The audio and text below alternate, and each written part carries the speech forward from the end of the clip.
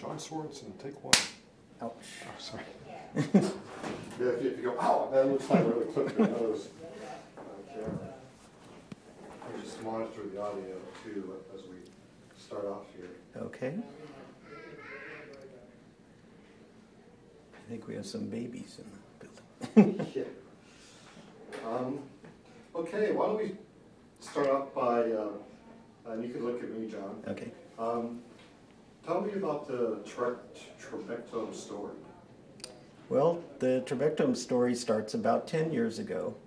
The partners at Neomedics were already quite a few years into developing innovative technologies and products in the field of ophthalmology. And we became aware of how glaucoma is treated as an eye disease through different surgical and medicinal approaches, the conventional, we'll call them, approaches.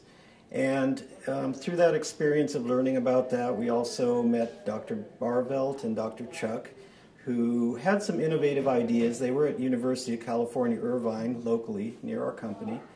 And we started discussing with them some of their novel ideas about maybe a better way to approach treating glaucoma. And had the opportunity to work directly with them to have access to the technology. We eventually licensed the technology from the university, and were given the opportunity to work on developing the technology into a product, and worked very closely in the first years with Dr. Barvelt in particular, and also Dr. Chuck, prototyping, working in human tissue, having access directly to work with them, and developed a product as it exists today. And we're very proud of the fact that we've created together a very effective option that's much less invasive than the conventional approaches, and we feel it's a great benefit to be able to offer this to patients that are suffering from glaucoma to hopefully delay or avoid their need to go through these more conventional, much more invasive approaches to treating the disease. Now, you were here before trabectome, right? Yes. What was Neomedics like when you came on board? And how did your coming on board come about? Well, it really came about about 20 years ago. I was formerly Director of Research for a division of Baxter Healthcare, and that's where a number of us initially met. Sohaila, Edna, Julie, some of the others here at Neomedics, all met through originally Baxter Corporation about 20 years ago. And as Director of Research at Baxter, we were in the business of developing new businesses for the corporation. So we had a lot of experience with working with entrepreneurs on behalf of the corporation to bring their ideas and inventions into Baxter. And at a certain point, Sohaila and I discussed in particular doing something entrepreneurial. And it just happens that recently Baxter had divested all their business in the field of ophthalmology, so we felt there was no conflict of interest if we wanted to think about different entrepreneurial product opportunities in ophthalmology. And that's how we actually got directed initially to inventing some new technologies in ophthalmology, and that's when our first partnership formed. We invented and patented a particular technology for treating cataracts, and worked almost 10 years developing cataract-related technologies and products prior to getting involved with trabectome and the glaucoma treatment. Now, I guess Sohaila wanted to form Neomedics, and she approached you to join the team. Is that how it kind of played out? We co-founded the company together.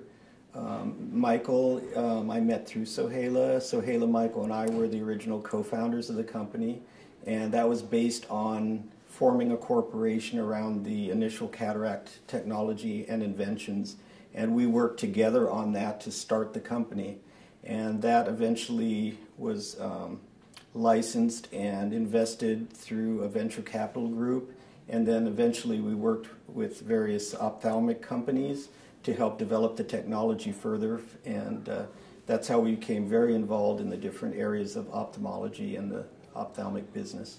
Now, Baxter's a huge company. What was it about the proposition that appealed to you to kind of go out on a limb as an entrepreneur? Well, I think because of the experience of working on behalf of the large corporation to work with entrepreneurs and license those technologies and work with the smaller companies, it became very interesting to me to look at it from the other perspective. I saw some of the flexibility and the dynamic ability to adapt to situations that a small company is much more flexible. They can change course and develop things much more quickly sometimes in that type of environment. And it really appealed to me to work in that side of the environment as opposed to the more corporate structured environment, which is much more formal, requires a different approach, and usually much more time is involved in getting the ship to steer through a corporation as opposed to working in a small dynamic group as an entrepreneur. Which one seems to suit you better? Kind of a loaded question. Yeah, it is. No, I really enjoy the entrepreneurial side. I'm at heart really enjoy being inventive. I managed the intellectual property portfolio for the division at Baxter and was always kind of more in the R&D side of things. And that's really where my heart is. I like to have the freedom to invent and create new products, new opportunities to be in the field. And I always am listening for there must be a better way to do something out in the medical arena. And that's what I was trained to do, and that's what I like to respond to and think up new approaches and new ways of going about and solving different problems that are in the real world. Now, regarding Trabectome and some of the comments you made earlier about its ability to respond quickly, it's pretty nimble. Mm-hmm. What are some of the other strengths you would say that Trabectome offers the medical professional and on the patient side? Yes, the real benefit is that prior to the development of Trabectome, the conventional approaches were to manage glaucoma first with medications. If the pressure still threatened the vision of the patient, they would move on to the conventional surgeries. And those conventional surgeries are pretty invasive. They're more life-changing types of approaches, namely trabeculectomy, where the patient has an opening made to drain the fluid from the inside to the outside of the eye and forming a reservoir in the white part of the eye. And this is a pretty invasive, life-changing type of surgery. Oftentimes, if that fails, we progress to using a implanted drainage reservoir in the eye, again with a little tube that drains the fluid from the inside of the eye to the outside of the eye. The advantage of Trabectome is it's much less invasive. It's a wonderful option to provide to the patient because more like cataract surgery, this is done very minimally invasive through a very small incision in the eye. There's no creation of an internal to external drain of fluid. It's reestablishing the drainage internal, more natural pathways are opened and allows the pressure to respond in a more natural way. And the further benefit of Trabectome is because it's not invasive, it doesn't prohibit or prevent the use of the more conventional approaches if Trabectome should fail to sufficiently treat the patient and lower their pressure. You haven't eliminated any of the pathways to the more invasive surgeries, the conventional surgeries, but hopefully we can either delay or eliminate the need to perform those surgeries on patients, which is a great benefit to the patient and their life and their lifestyle and quality of life. Was there anything particular about Trabectome? I don't even know if it had that name at the time, but what was it when you guys were together as Neomedics and you came across this technology? What were some of the things that drew you guys to it?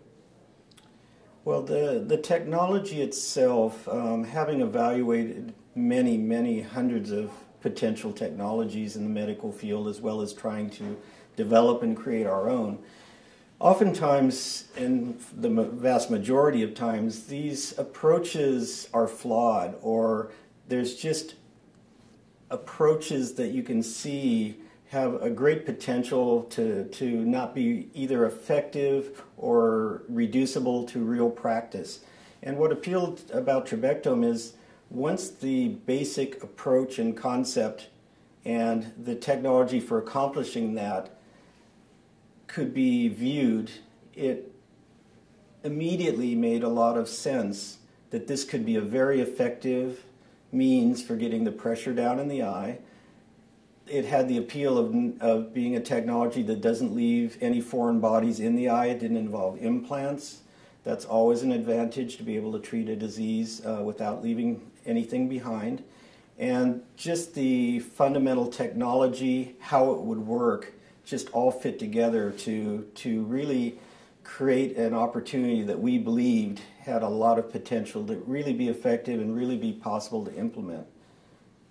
Talk about the interesting, unique end of the handpiece, that kind of hook, footplate, I don't know what you call it, but was that something that you guys had in development before Trabectome, or yeah, just talk about that. No, the Trabectome technology was really specifically developed to address the removal of a particular diseased tissue in the eye in that environment. And the goal was to selectively remove a piece of tissue while very carefully protecting adjacent tissues at the same time. And the shape and the energy source used to remove that tissue all evolved from that particular goal. However, the general approach of selectively ablating or removing, affecting and removing tissue while protecting adjacent tissues does have broader context in other medical applications and can be extended, and we are very excited about some of the other opportunities for being able to treat tissue and disease in the body in other settings where we have the same goal in mind, to be able to very selectively remove tissue while protecting, very carefully protecting adjacent tissues and not causing damage to them. Yeah, I think that's a wonderful design. What is it about your job here that you find the most rewarding? What do you like the most? I think one of the most rewarding aspects of my role here at Neomedics is that I am often in the field actually supporting the training of surgeons, the first use of the surgery at different facilities. So actually starting surgery, being in the field, seeing the patients being treated, having that option of being treated with Trabectome, seeing the benefits of that for the patients. I'm also typically there for the initial post-operative visits, and so I am there when the patients come in the next morning, and to see how well they responded to the surgery is very rewarding. And knowing that you are providing a means of treating their disease in such a special way and in such a helpful way is really what I enjoy most about my role here at Neomedics. Is there any particular story along those lines that sticks in your memory more than another? Well, I've probably been involved in supporting, I would say, close to 1,000 surgeries, and every one of them, every post-op, every patient you meet, there's a particular situation, always tends to be very special, very unique. But it's very heartwarming to meet such wonderful, nice people. They're not just a surgical patient. There's a real human connection every time you go to a post-op. The doctor sits down, you have the opportunity to maybe meet the patients and understand their situation, their story, and to see how Trabectome offers them a treatment alternative that is really so wonderful compared to the other options they may have faced is just a really rewarding experience. What would have been their reactions in general? In general, patients are very surprised that the surgery is, many patients have been through multiple surgeries, maybe eye surgeries. They will often compare Trabectome to their previous experiences, and they comment on how fast the surgery was, that they just went home, maybe went through the evening without any consequence. They come in the next day. Oftentimes their vision is quite good already. It's not been really adversely affected. Their pressure may have dropped substantially. It's just a really positive experience for most of the patients that when they come in the following morning, to see how little it's really impacted their life to have gone through a glaucoma surgery like Trabectome. They're really pretty much back on their feet and very little restriction, very fast recovery, and patients certainly respond positively to that.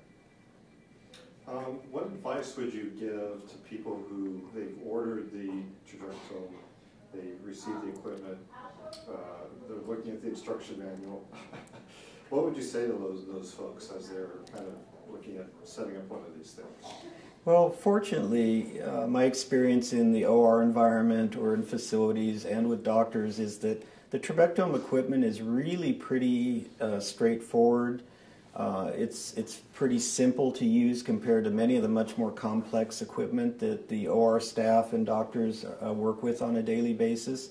So when they see trabectome, it's really almost an intuitive ability to work with the equipment. The approach and the technology is straightforward. It's basically a very specialized electrosurgical probe. Electrosurgery is a very established technology in ophthalmology. So between the fluidic flow, the fact that we're using electrosurgery in the eye, it's very specialized to function as well as it does in treating the disease. But these are comfortable technologies that are easily adapted by staff and by new surgeons. How handicapped is a operating room technician if they're not, like ophthalmologists per se? I'm not sure I understand the question. Well, in other words, you'd mentioned earlier that sometimes you have to go out and talk to people that, don't necessarily even are familiar with the anatomy of an eye, because they work on other parts of the body. How much of a disadvantage are they at in terms of being able to use the equipment? Actually, there's really not much disadvantage in, again, the sense that doing the trabectome procedure is really minimally invasive. The trabectome part of the surgery involves very few instruments being used in a pretty straightforward way compared to the complexity of many, many other support procedures they would be doing on a daily basis. So if they're specialized in ophthalmology, again, this is a relatively simple, straightforward procedure. A few differences from what they're used to in other procedures, but less complex in general, less instruments involved, faster setup, faster breakdown. If they're involved in a variety of different medical procedures, many of which are far more complex with numerous instruments, imaging technologies, integration of many, many different aspects. I think that those types of procedures are really complex compared to working with trabectome. I think most techs that I've talked to actually feel ophthalmology is in itself a field that's maybe less demanding than some of the things they do in general, and this is really easy even within the field of ophthalmology to support. Let me change the battery. I only have one other section I want to ask you about. Oh, okay, sure. In case, unless there's something that I didn't ask you that you want to touch on. No, I don't believe so. I think we've basically covered many of the aspects and particularly some of the nice advantages that trabectome offers. Yeah. Well, let's talk a bit about more about you and how you ended up selecting the line of work, perhaps what led you to working at Baxter. Okay, well, originally I'm from Northern California, about 50 miles south of San Francisco in the Bay Area, and I went to my undergraduate in chemical engineering at University of California at Berkeley. From there I went to a joint program at MIT and Harvard Med School, which is how I got my doctorate in chemical engineering and got more into medical applications of engineering. I worked summers doing some defense contract work as an engineer, developing missile systems and things for the government. And at that point in my life is when I really kind of felt that there's many ways I can apply my engineering know-how to different, solving different problems. But I really wanted to maybe, instead of focusing more on, the experience of working on missile systems and weaponry, that's when I really, at that point in my life, felt like I'd like to accept the fact that those things are very important, but it's not really what I wanted to contribute my know-how to, and that's where it really tended to steer me toward medical. And so when I had the opportunity as a graduate student to do my thesis work in a medical area at MIT and Harvard Med School, that's when I really focused then in on application of medical technologies. My thesis work originally was in the field of diabetes. I was working with the Joslin Diabetes Center in Boston, which is part of Harvard Med School. And my thesis was actually working on developing glucose sensor technologies for diabetes. And at the time, my thesis work was partially sponsored by American Hospital Supply here in the Irvine area, which when I graduated, they hired me and wanted me to continue my efforts in the field of diabetes. So that's how I ended up here in the Irvine area, working for American Hospital. And shortly thereafter, American Hospital was purchased by Baxter, which is how I became associated with Baxter. I'm working in their Technology and Ventures division. And that's one of the questions you had asked earlier, is some of the differences between working in a large corporation and more entrepreneurial. In a larger corporation, you have the benefit of a lot of resources, but what you do is much more specialized. And what I enjoy a lot about the smaller environment of an entrepreneurial venture is that you wear many hats. As a person, an engineer trying to design a product, you actually yourself go out to the field, you actually go to operating rooms, you really can develop a product from a perspective that you won't get if you're sitting in an office meeting with a committee of engineers in a large corporation. It's just a very different environment, different approach often to how things are accomplished. And I think there's a real benefit sometimes to really being more hands-on and connected, particularly to your customer, their needs, the patient, their perspective of what's occurring as they're dealing with the treatment of a disease. And I think that leads to superior development of technologies and products that really address what's needed.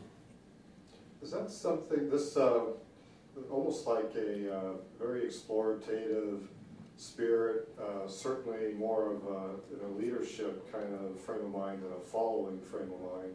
Is that something that you've always had, or that's something that you got during your education? Talk about that a bit. I think that I've always been somewhat inventive.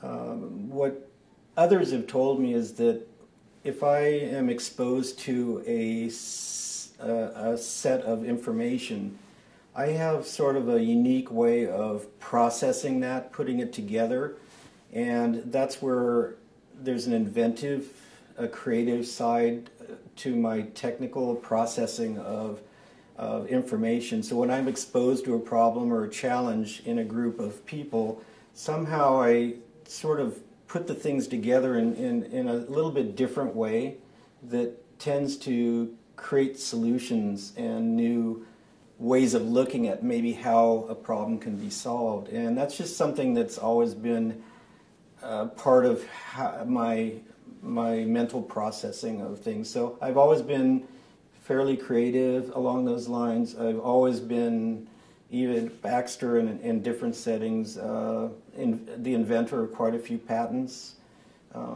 Even within the corporate environment, I was acknowledged as one of the inventive people that really filed a lot of patents on behalf of Baxter, and have continued that to this day because that's really what I like to do. What was being at MIT and Harvard like? I mean, most people only kind of like have a fantasy view of what that would be like. It was a very rich environment intellectually.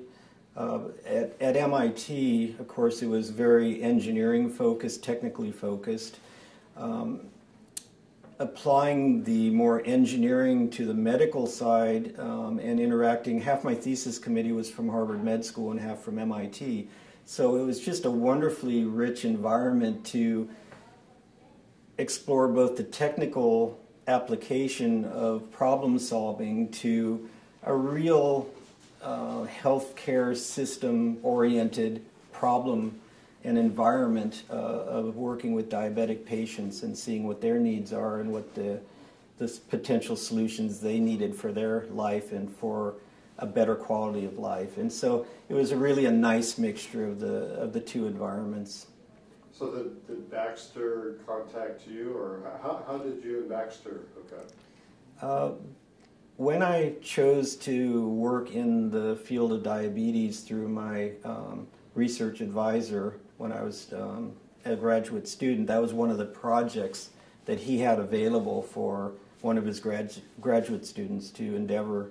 And so that's the project I chose, which was already somewhat underway, but that's how I got connected up with that source of funding, and working in that area was coupled to American Hospital at the time. Oh, I see. Yes. Well, what are some of your passions when you're not here doing work? What are some of the things that you like to do? Well, some of the things I like to do, I really enjoy golf.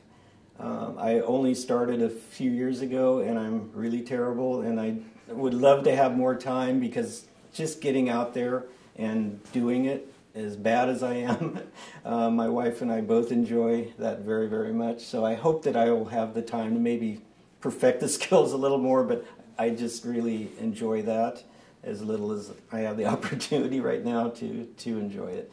Other just hobbies, I've always really been interested in aquariums, maintaining like saltwater reef aquariums. Pretty challenging. I think that's the chemical engineering side of me.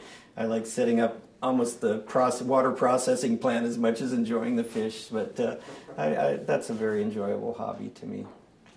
Anything else you want to share about yourself? I don't know. I love golf too, but I'm really awful at it. Yeah. I think it's a game that you really have to put a lot of time into. I think so. It seems though people either really love it or really hate it.